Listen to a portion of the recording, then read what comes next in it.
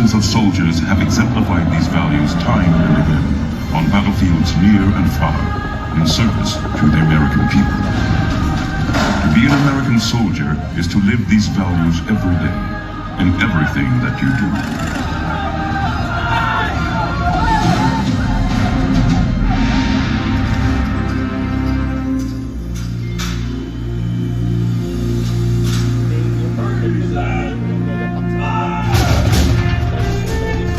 These men and women are willing to give more than they take, to be part of something that's bigger than they are, to stand shoulder to shoulder with people who have the same values. Dear Mother and Father, this is the proudest day of my life. We leave for over there tonight, and I am thankful that I can take a place among men who will bring freedom to the world. It is a calling to be a soldier, and there is a great sense of pride and camaraderie in serving the greatest army in the world.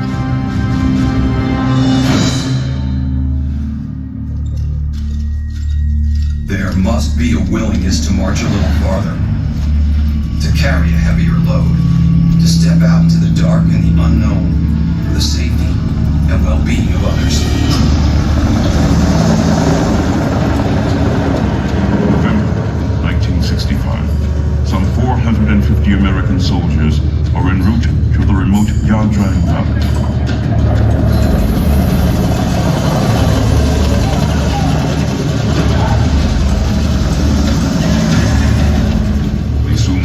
Three battalions of North Vietnamese soldiers in the hills nearby. Choking clouds of smoke and dust obscured the killing ground. We were dry-mouthed and our bowels turned with fear.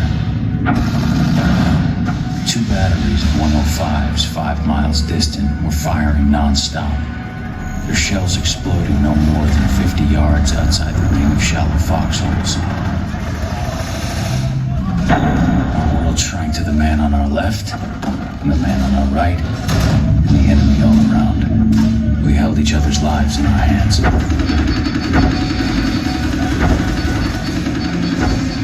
The Americans succeed in stopping the enemy attack. I left that landing zone X-ray battlefield knowing that 80 young Americans had laid down their lives.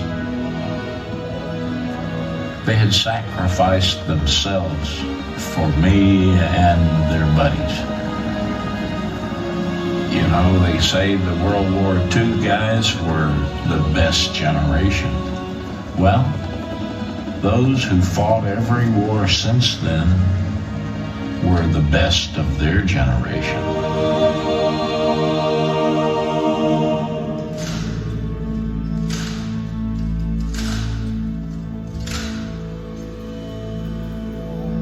You're suspicious of everything. You're looking up into the mountains, that eerie feeling, knowing that they're looking at you.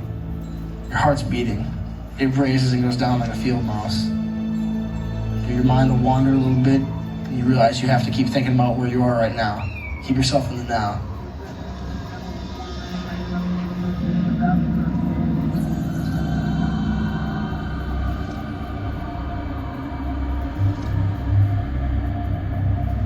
October 25th, 2007, Korangal Valley, Afghanistan.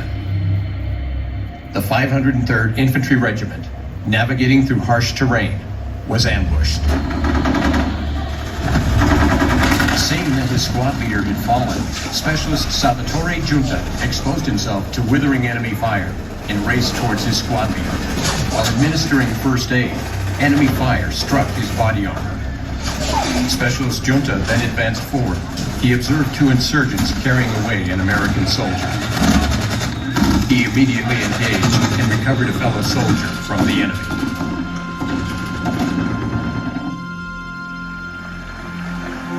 For his actions that night, Specialist Giunta is awarded the Medal of Honor, the nation's highest award for valor.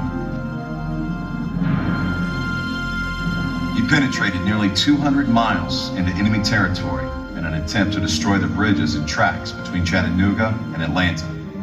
After an enemy machine gun shattered his right arm, He advanced on the gun alone, charging with an empty pistol and scattering the crew. He voluntarily led a battalion advance through minefields and heavy fire against a strongly entrenched enemy. He rose alone in the face of grenade, rifle, and machine gun fire and overtook an enemy machine gun position. During a fanatical attack against his battalion, he was mortally wounded, but continued to direct his men. Under intense enemy fire, he disregarded his own wounds to search and aid the wounded, inspiring his fellow soldiers to continue the battle. It is something great to cherish an ideal, to set aside the mere advantage, the momentary pleasure, and to act for remoter ends, for higher good, and for interests other than our own. After saying goodbye to my family, I'm headed to the bus. I turned her back around, and for whatever reason, I felt this compulsion to go back to my father. And I said, Dad, I'm prepared for this. And he looks back at me and said, "You're the best I have to offer." Dear baby, I've been thinking more and more of what it means to be a mommy in the U.S. Army. Let me be the first to tell you that we have a rough road ahead of us, kiddo. But I am a soldier. Many families have gone down this road before us. We won't be the first, and we certainly won't be the last. So if they can do it, surely we can do it too. Dear Connor, I'm very sorry that I could not be home for your 7th birthday. What I am sending you is something very special. When the people here in Bosnia see it on our uniforms or flying above our camps, they know that it represents freedom, and for them, peace after years of war. This flag was flown in honor of you on your 7th birthday.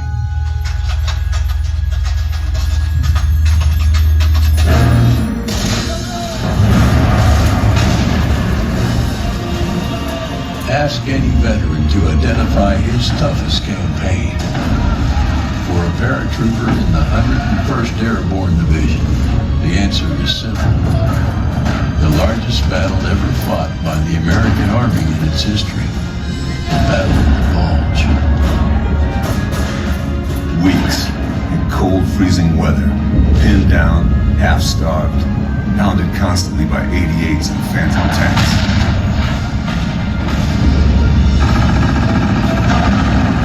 Farthest from your mind is the thought of falling back.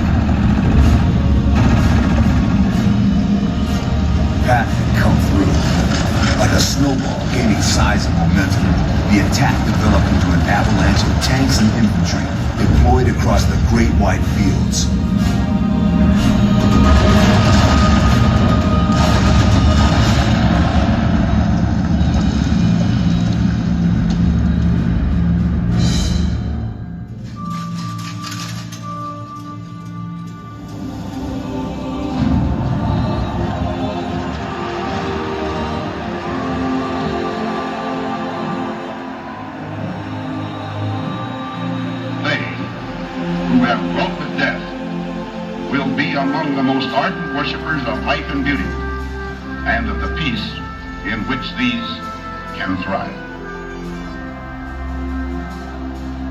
After months of extending our stay in Iraq, our unit was finally going home. We landed in Bangor, Maine. It was 3 a.m. As I walked off the plane, I was taken aback. In the small, dimly lit airport, a group of elderly veterans were there waiting for us, their now feeble right hands stiffened in salutes. A few of them appeared to be veterans of the war in Vietnam, and I couldn't help but think of how they were treated when they came back to the U.S. And yet here they were to support us. I can honestly say that my perception of the experience was changed, not so much by the soldiers with whom I served, but by the soldiers who welcomed us home.